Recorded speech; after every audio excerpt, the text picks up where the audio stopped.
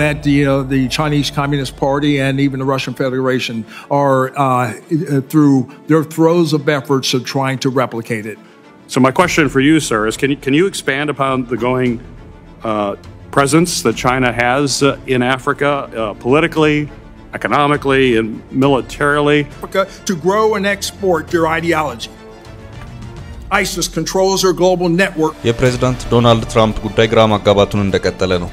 በአሁኑ ሰዓት በቻይና እና አሜሪካ መካከል ያለው የንግድ ጦርነት በተፋፋመበት ሁኔታ ጉዳዩ ወታደራዊ መልክን ተላብሶ ወደ አፍሪካም እየመጣ ነው። ከዚሁ ጋር በተያያዘም የአፍሪካ የአሜሪካ ተወካይ ጀነራል ማብራሪያቸውን ለሴኔቱ ሰጥተውበታል። በመግቢያችን ላይ ተከታተላችሁትም ከዚሁ ጋር የተያያዘውን ነው ይዘናል።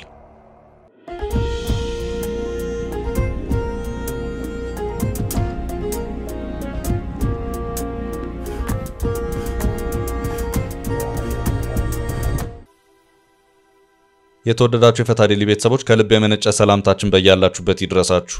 ዕለተ ቅዳሜ የሰዓቱን መረጃ ይዘን ተገኝተናል። ለእናንተ ይመጥናሉ ብለን ከመራረጥናቸው መካከል በቅድሚያ እናስተዋውቅ። የትራምፕ ጉዳይ አጨቃጫቂ ሆኖ ወደ አፍሪካ ዞሯል። ትራምፕ ከአፍሪካም ጭምር መሰብሰብ አለብን የምን መንዛዛት ነው ወጪን ቀንስ እያሉ ነው። ወታደራዊ አዛዦቹና ሴኔቱ ደግሞ አፍሪካን ለማንተተን እንዴት ለቻይናና ሩሲያ ሰተን እንወጣለን እያሉም ይገኛሉ። ከበድ ያለ ወታደራዊና ፖለቲካዊ ጭቅጭቅም ተነስቷል። ጥንቅራችን ይዞታል።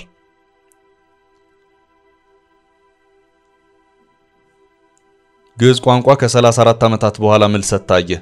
ግዕዝ በመደበኛ የቋንቋ ትምህርትነት ለመጨረሻ ጊዜ ይሰጥ የነበረው እንደ አውሮፓ አቆጣጠር ከ1974 እስከ 1991 በደርግ ዘመን ነበር። ዓለም በቋንቋው ሲመሰጥ በአገር ውስጥ ግዕዝ የተረሳ ቅርስ ሆኖ በርካታ ምሁራንን የሚያስቆጭ ጉዳይ ነበር። አሁን ላይ ግዕዝ በካሪኩለም ደረጃ ወደ ትምህርት ዓለም ከመመለስ አልፎ ፕሮግራሙ ስኬት ሆኗል። ይህን ተከትሎ ከሰሞኑ የባህር ዳር ዩኒቨርሲቲ ቋንቋውን በዶክትሬት ደረጃ ለመስጠት መወሰኑን እንነግራችኋለን።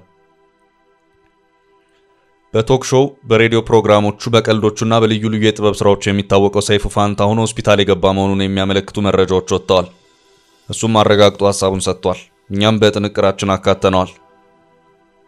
ስለ ዘሪቱ ከበደ አዲስ ነገር ተሰምቷል። በአዲስ አልበም ልመጣ ነው ስትል አስታውቃለች። ጥንቅራችንም ከዚሁ ጋር በተያያዘ የሚያደርሳችሁ መረጃ አለ። የሶማሊያው ጠቅላይ ሚኒስትር ሐምዛ ባሬ ከሶማሊላንድ መገንጠል የሚፈልጉ የጎሳ አማጺ ኃይሎች በተቆጣጠሯት ላስአኖድ ከተማ ጉብኝት ማድረጋቸውን ሶማሊላንድ ክፉኛ አውግዛለች። ሶማሊያ ተገንጣዩን ከተማ በመደገፍ ሶማሊላንድን ከውስጥ የመሸርሸር እርምጃ እየወሰደች ነው። ጥንቅራችን ስለዚህ የሚናገረው እስከ ፍጻሜ አብራችሁን ቆዩ። የምንለቃቸው ለታይትኩ ዜናዎች እንዲደርሷችሁ ላይክ፣ ሼር፣ ሰብስክራይብ ማድረግ እንዳትረሱ።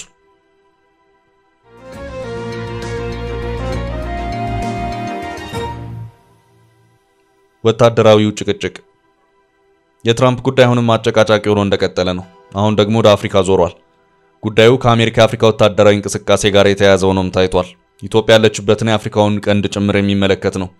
ወጪ መቀነስ አለብን፣ የፌደራሉ መንግስት የተንዛዛ መዋቅሮችንም ሰብሰብ ማድረግ አለብን የሚሉት ትራምፕ የአሜሪካ ተራድኦ ድርጅት የሆነውን ዩኤስኤድን ጥርቅም አድርገው የዘጉ ሲሆን አሁን ደግሞ አፍሪካን በተመለከተ በአንድ ግዙፍ ወታደራዊ ተቋም ላይ ማነጣጠራቸው ነው ስጋቱን የጫረው። ይሄው ተቋም አፍሪኮም ይባላል። እናም የአፍሪካ በተለይም የአፍሪካው ቀንድ ጉዳይ አሜሪካውያንን በእጅጉ አሳስቧል። በቅርቡም በአሜሪካ ሴኔት በኩል በቀረበ አንድ ምክክርና ማብራሪያ ላይ በተለይም ደግሞ የአፍሪካው ቀንድ ጉዳይ ሰፊ ማብራሪያ ተሰጥቶበታል። That the Chinese Communist Party and even the Russian Federation are through their throes of efforts of trying to replicate it. So my question for you, sir, is can you expand upon the going presence that China has in Africa politically, economically, and militarily? Africa to grow and export their ideology. ISIS controls their global network. ከዚሁ ጋር በተያያዘም በቅርቡ በአሜሪካ ሴኔት ሁለት ጀነራሎች ቀርበው ማብራሪያቸውን ሰጥተዋል። የሁለቱ ጀነራሎች ማብራሪያ በአፍሪካና በአውሮፓ ላይ ትኩረቱን ያደረገ ሪፖርት ሆኖም ታይቷል። ሁለቱ ጀነራሎች በስራ ልምዳቸው እድሜ ጠገብ ሊባሉ የሚችሉ ናቸው። በአፍሪካ አሜሪካ ወታደራዊ ኮማንድ ጀነራል ሚሼል ኢላንግሌ ለአሜሪካ ሴኔት ማብራሪያዎችን የሰጡ አንደኛው ጀነራል ናቸው። ጀነራሉ በአፍሪካው ቀንድ ከጅቡቲ፣ ሶማሊያ እስከ ሳህል እና አትላንቲክ ውቅያኖስ ድረስ የአሜሪካ ብሔራዊ ጥቅሞች ላይ በስጋትነት የሚታዩ ጉዳዮች አሉ ሲሉ ማብራሪያቸውን ሰጥተዋል። በስጋትነት ስማቸው የተጠራ በርካታ አካላትን ተጠቅሰዋል። ሩሲያ፣ ቻይና፣ አልሸባብ፣ አይኤስአይኤስ በዋነኝነት በአፍሪካ በተለይም ደግሞ የኢትዮጵያ ቀጠና በሆነው በአፍሪካው ቀንድ በዋነኝነት ስማቸው ተነስቷል። አሁን ለአሜሪካ ፖለቲከኞች ፈታኝ ያደረገው ወሳኙ ነጥብ ደግሞ ፕሬዝዳንት ትራምፕ አሜሪካ ሶፍት ፓወር በሚል በእርዳታ መልክ በአፍሪካ የምትጠቀምበትን የዩኤስኤድ ፕሮግራም ሙሉ በሙሉ ቀሪ ማድረጋቸው ነው። በዚህም አሜሪካ በአጠቃላይ ከልማትና ከእርዳታ ስራዎች ጋር በተያያዘ በአፍሪካ ስራዎች ቀሪ ማድረጓ ይህንኑ ክፍተት ቻይናውያን ለመምሏት እየተንቀሳቀሱ ነው በሚል በስጋትነት ታይቷል። በዚህ ዙሪያ በሴኔቱ አመራሮች በኩል ተከታታይነት ያላቸው ጥያቄዎች የቀረቡላቸው የአፍሪካ ወታደራዊ ማዘዣ ማዕከል አፍሪኮም ዋና አዛዥ ጀነራል ማይክል ላንግሌ የአሜሪካን መሰብሰብና የቻይናን መስፋፋት በተመለከተ አጽንኦት በመስጠት ማብራሪያቸውን ሰጥተዋል። በዚህም የአፍሪካ በተለይም የኢትዮጵያ ቀጠና የሆነው የአፍሪካው ቀንድ ለአሜሪካውያን ከባድ ስጋት መሆኑን ጀነራሉ አመልክተዋል። ጉዳዩ ትራምፕ አፍሪካ ላይ እየተከተሉት ካለው አካሄድ ጋር በተያያዘም ነው። ከዚሁ ጋር ተያይዞም ከበድ ያለ ወታደራዊና ፖለቲካዊ ጭቅጭቅ ተነስቷል። ጉዳዩ ነቅሎ መውጣት ወይስ መቆየት የሚለው ላይ ትኩረትን ያደረገ ነው። ይሄው ጉዳይ በአሜሪካ ሴኔት ቀርቦ ጠበቅ ያለ ውይይት ተደርጎበታል። ውይይቱ ከሰሞኑ የተካሄደ ነው። በኢኮኖሚ ጦርነት ውስጥ ያሉት ቻይናና አሜሪካ ሩሲያን ጨምሮ ቀጣይ የፍልሚያ ሜዳቸውን አሜሪካ ላይ ያደርጉ መሆናቸው የሰሞኑ የአሜሪካ ሴኔት ሪፖርት የማድመጥና ምክክር ስብሰባ አመልክቷል። ይሄው ጉዳይ ሶማሊያንና ጅቡቲን ጭምር ማዕከል አድርጎ ኢትዮጵያን ጎረቤቶች ጭምር የሚመለከት ነውም ተብሏል። አሜሪካውያን ከአፍሪካ ቀንድ ጀምሮ እስከ ሳህል ድረስ በሩሲያና ቻይና ብልጫ እየተወሰደብን ነው ባሉበት ሁኔታ የትራምፕ አዲስ አካሄድ እሳቱን ጭሯል። እሱም የአሜሪካ የአፍሪካ ወታደራዊ እዝ አደረጃጀቱን ይነስና ይሰብስብ ማለታቸው ነው። በዚህም የፕሬዝዳንት ዶናልድ ትራምፕን አቋም በተመለከተ የአሜሪካ ሕግ አውጪዎችና ወታደራዊ አመራሮች እንዴት ብለው እየጠየቁ የሚገኙት የአሜሪካውን የአፍሪካ ወታደራዊ እዝ አፍሪኮም ለማፍረስ እያጤኑ መሆኑን ተከትሎ ነው። የአሜሪካ ዓለም አቀፍ ተራድኦ ዩኤስኤድን ስራ እንዲያቆም ያደረጉት ትራምፕ አሁን ደግሞ አሜሪካ በወታደራዊ ዘርፍ የአፍሪካን ጉዳዮች ይቆጣጠርበታል ያለችውን አፍሪኮምን አፍርሰው አነስ ባለ ዩኒት ለማዋቀር ማሰባቸው ስጋቱን አንሮታል። ፕሬዝዳንቱ ወታደራዊ እዙ ፈርሶ በአውሮፓው የአሜሪካ ወታደራዊ እዝ ውስጥ አንድ ንዑስ እዝ ሆኖ እንዲዋቀርና የአሜሪካ ወታደሮችም ከተወሰኑ የአፍሪካ ሀገራት እንዲወጡ ማቀዳቸውን የተመለከተ ዘገባዎች ሲወጡ ቆይተዋል። ይሁንና አፍሪኮምን ማፍረስ ሩሲያና ቻይና አፍሪካ ውስጥ ገናና ወታደራዊ ሚና እንዲኖራቸው በር ይከፍታል የሚሉ ተቃውሞዎች በርትተው እየተሰሙም ነው። አፍሪኮም በሶማሊያው አልሸባብና ከቅርብ ጊዜ ወዲህ ደግሞ በአይኤስአይኤስ ላይ የድሮን ጥቃቶችን እየፈጸመ ይገኛል። የአሜሪካ ሴኔት የትራምፕን ወደ ስልጣን መምጣት ተከትሎ አሜሪካ ያላት ዓለም አቀፍ ተጽዕኖ እየተሰበሰበ መሆኑን አመልክቶ በአንጻሩ ቻይናና ሩሲያ ደግሞ በአፍሪካ ያላቸው ተጽዕኖ እየሰፋ በመሆኑ ነገሩ እንዴት ነው ሲልም የካበተ ወታደራዊ ልምድ ያላቸውንና በአፍሪካ የአሜሪካ ወታደራዊ እዝ አፍሪኮም ዋና አዛዥ ጀነራል ማይክል ላንግሌን ጠይቋል። እሳቸውም በአፍሪካ ቻይናና ሩሲያ ዋነኛ የአሜሪካ ብሔራዊ ስጋት መሆናቸውን አመልክተው አሜሪካ ከአፍሪካ እየወጣች ባለበት ሁኔታ ሩሲያና ቻይና ደግሞ የአፍሪካ ይዞታቸውን እያጠናከሩና እያሰፉ መሆኑ መታወቅ አለበት ሲሉም ማብራሪያቸውን ሰጥተዋል። በዚህም በአሜሪካ ፖለቲከኞችና ወታደራዊ አመራሮች በኩል በአንድ መልኩ የሩሲያና ቻይና በአፍሪካ መስፋፋት፣ በሌላ አቅጣጫ ደግሞ የአልሸባብና የአይኤስአይኤስ ቡድኖች በአፍሪካ ምድር መጠናከር በዋና ስጋትነት ታይቷል። የአፍሪኮም ዋና አዛዥ ጀነራል ማይክል ላንግሌ ማብራሪያቸውን ለሴኔቱ የሰጡት እነዚህኑ ስጋቶች ተንተርሰው ነው። ቻይና በአፍሪካ በኢንቨስትመንት፣ በወታደራዊ ትስስር እንደዚሁም በእርዳታና በልማት ትብብር በጥልቀት እየገባች ነው በሚልም በዚሁ የሴኔት ስብሰባ ላይ ስሟ ደጋግሞ ተነስቷል።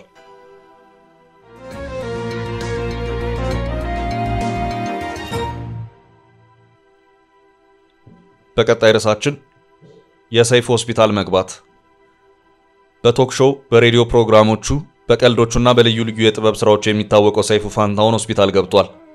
ከገጠመ የጤንነት እክል ጋር በተያያዘ ሆስፒታል የገባው ሰይፉ ቀለል ያለውን አድርጎልኛል እግዚአብሔር ይመስገን፣ በዚህ ሳምንት ወደ ስራ መለሳለሁ የሚል ሐሳብን በማህበራዊ ትስስር ገጹ ላይ አስፍሮ ታይቷል። ሰይፉ ፋንታሁን በሚዲያና በመድረክ ስራዎቹ በርካታ ዓመታትን ያስቆጠረ ነው።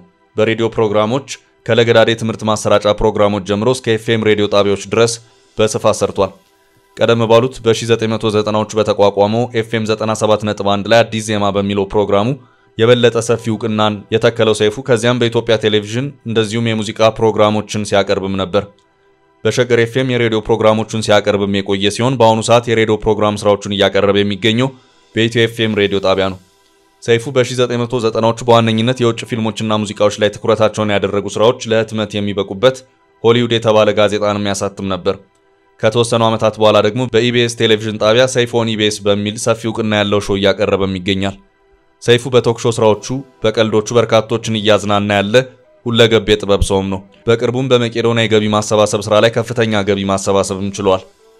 ሰይፉ ምን አይነት የጤና እክል ገጥሞት ሆስፒታል እንደገባ የገለጸው ነገር የለም። ሆኖም ቀለል ያለውን አድርጎልኛል እግዚአብሔር ይመስገን፣ በዚህ ሳምንት ወደ ስራ መለሳለሁ የሚል ሐሳብን በማህበራዊ ትስስር ገጹ ላይ አስፍሮ ታይቷል።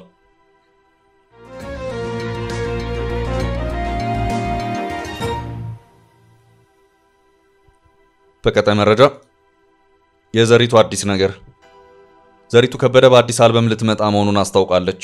የአልበሙም ርዕስ ማጽናናትህ የሚባል መሆኑን ያስታወቀች ሲሆን በፌስቡክ ማህበራዊ ገጿ ላይም ኒው ላይቭ አልበም ካሚንግ ሱን በማለት እያስተዋወቀች ትገኛለች። በዚሁ ከሚንግ ሱን ላይም አቤቱ ለልቤ እንደ መከራዋ ብዛት ማጽናናት ነፍሴን ደስ አሰኛት የሚለው የመዝሙረ ዳዊት ጥቅስም ተካቷል። በሙዚቃው ዓለም በተለይም ደግሞ ለየት ባሉ ስራዎቿ ሰፊ ዕውቅና ያላት ዘሪቱ ከበደ ከዘፋኝነቱ ጠቅልላ ሙሉ በሙሉ ወደ መንፈሳዊ ዓለም ገብታለች። ከወራት በፊት በድንገት የ17 ዓመት የመጀመሪያ ልጇን ያጣችው ዘሪቱ በሙዚቃ ስራዎቿና በመንፈሳዊ ህይወቷ አካሄድ ዙሪያ ብዙ ጥያቄዎችን አብዝተው ሲጠየቁ ተስተውለዋል። ጥያቄዎችን ሲያስነሳ የነበረው በመንፈሳዊውም ዓለም መሆኗን እየገለጸች በዘፈን ስራዎቿም የመቀጠሏ ሁኔታ ነበር። ሆኖም ከተወሰኑ ጊዜያት ወዲህ ግን ሙሉ በሙሉ ወደ መንፈሳዊ ዓለም ጠቅልላ የገባቸው ነው ታይቷል። ከዚሁ ግራ አጋቢ ከነበረው የዘሪቱ መንፈሳዊ ህይወትና የሙዚቃ ስራዎቿ ጋር በተያያዘም ከዓመታት በፊት ዘሪቱ ሪቪል ከተባለ አንድ መጽሔት ጋር በነበራት አንድ ሰፋ ያለ ቃለ ምልልስ መንፈሳዊ አካሄዷ ከሙዚቃ ህይወቷ ጋር በምን መልኩ እንደሚሄድም ጥያቄ ቀርቦላት ነበር። ዘሪቱ በጊዜው የሰጠችው ምላሽም የቀረበላት ጥያቄም ከመንፈሳዊነት ጋር ተያይዞ መዝፈን አቁመሻል የሚል ነበር። የዘሪቱ ምላሽ የነበረው መንፈሳዊነት ሁለገብና የሁለንተናችን ለውጥ ነው። በዚህ ውስጥ ደግሞ ከዓለማዊነት ስንወጣ የማይነካ ህይወታችን ክፍል የለም። ሁሉም ነገር እኔ እንደምለውና ዓለም እንደምትሰብከው ሳይሆን እግዚአብሔር እንደሚለው የማድረግና የመሆን ሂደት ነው። በዚህ ውስጥ ታዲያ እንደ ሁሉ ነገሬ ጥበብ ስራዬም ሳይፈተሽ አያልፍም። ስለዚህ ሙዚቃም ይሁን ፊልም ብቻ ምንም ነገር ለስራ የማደርገው ነገር እግዚአብሔር የሚፈልገውን መልእክት ያደርሳል ወይ? ሰዎችን ይጠቅማል ወይ? ደሞስ እንደሱ ፍቃድና ልክ ሰዎችን ያሳዝናል ያስደስታል ወይ ብዬ በመጠየቅና ይልቁንም ከሱ ከራሱ መልእክትን በመቀበል ወደ መስራት መንፈሳዊነት እያደኩ ነው። መዝፈን ይሁን መዘመር አላውቅም፣ የማውቀው እግዚአብሔር እንደሚከብርበት ነው ስትል ነበር የተናገረችው። አሁን ባለው ሁኔታ ግን ዘሪቱ ከበደ ሙሉ በሙሉ ጠቅልላ ወደ መንፈሳዊ ህይወት የገባቸው ነው ይታያል።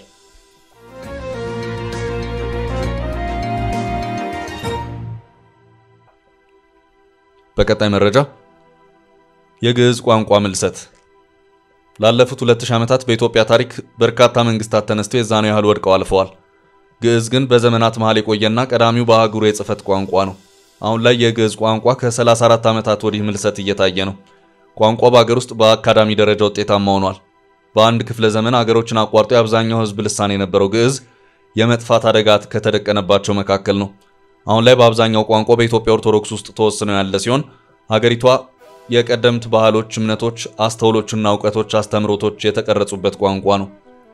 ግዕዝ በመደበኛ የቋንቋ ትምህርትነት ለመጨረሻ ጊዜ ይሰጥ የነበረው እንደ አውሮፓ አቆጣጠር ከ1974 እስከ 1991 በደርግ ዘመን ነበር።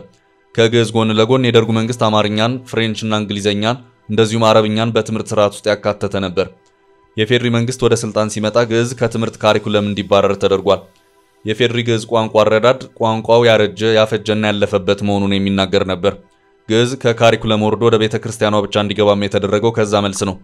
ሆኖም ግዕዝ ከኢትዮጵያ ቤተክርስቲያን አብነት ትምህርት ቤቶች አልፎ በምዕራባውያን ዩኒቨርሲቲዎች መሰጠቱ ቀጥሏል።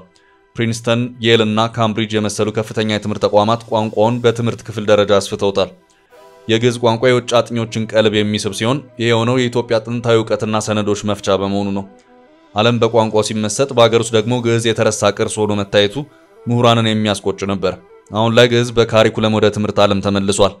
ከሰሞኑ የባህር ዳር ዩኒቨርሲቲ ቋንቋውን በፒኤችዲ ለመስጠት ወጥኗል ተብሏል። ባህር ዳር ዩኒቨርሲቲ ግዕዝን እንደ አውሮፓ አቆጣጠር በ2018 ነበር ለመጀመሪያ ጊዜ በትምህርቱ ያካተተው። የሰብአዊነት ፋከልቲ በሚባለው ዲፓርትመንት ስር ግዕዝ ቋንቋ ሜጀር ሆኖ በዲግሪ ደረጃ መሰጠት ጀምሯል።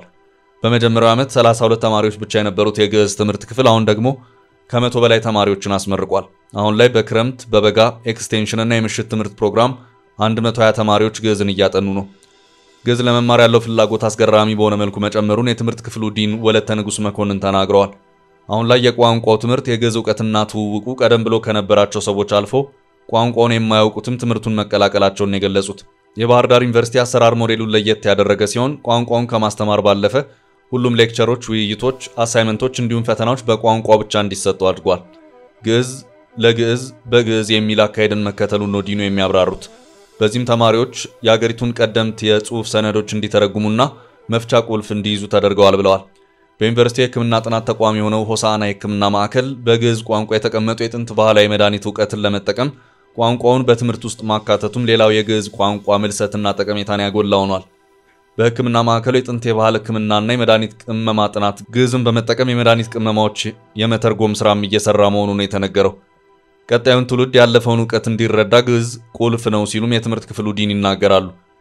ይህን ጅምር ስኬት ተከትሎ የባህር ዳር ዩኒቨርሲቲ እንደ አውሮፓ አቆጣጠር ከ2025 ጀምሮ ግዕዝን በፒኤችዲ ፕሮግራም የማስጀመር እቅድና ህልም ወጥኗል።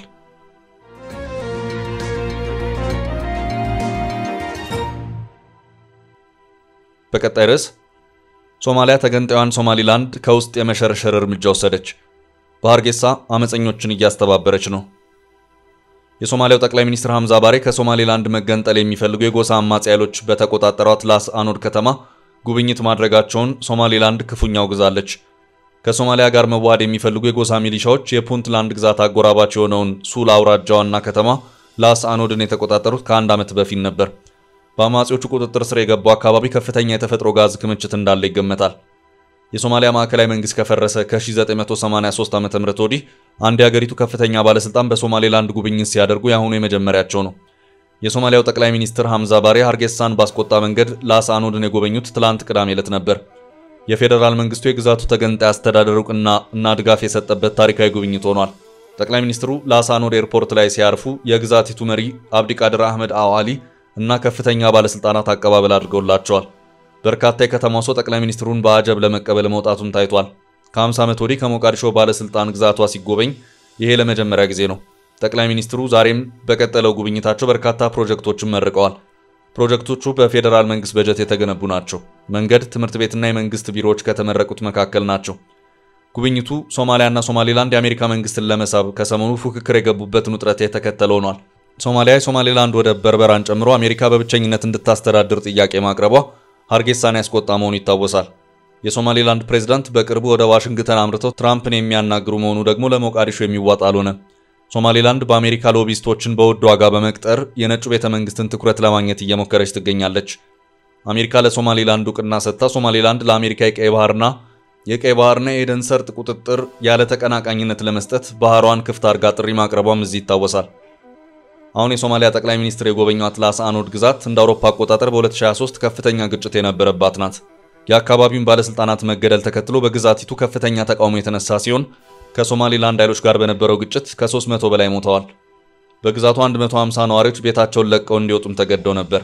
በስተመጨረሻ የሶማሊላንድ ኃይሎች ላስ አኖድ ከተማን ለቀው የወጡ ሲሆን በጎሳ የተመራው የአካባቢ ጦር ከተማዋን መያዝና ከዛ መልስ ማስተዳደሩን ቀጥሏል። ለዛሬ ያዝንላችሁ ርዕሰ ጉዳዮች እዚህ ላይ ቋጨን። ላይክ፣ ሼር እና ኮሜንት በማድረግ ለቻናላችን ድጋፋችሁን መግለጽ እንዳትዘነጉ እያልን ከሌሎች መረጃዎች ጋር ደግመን እስክንገናኝ ቸር ያሰማን ስንል ተሰናበትን።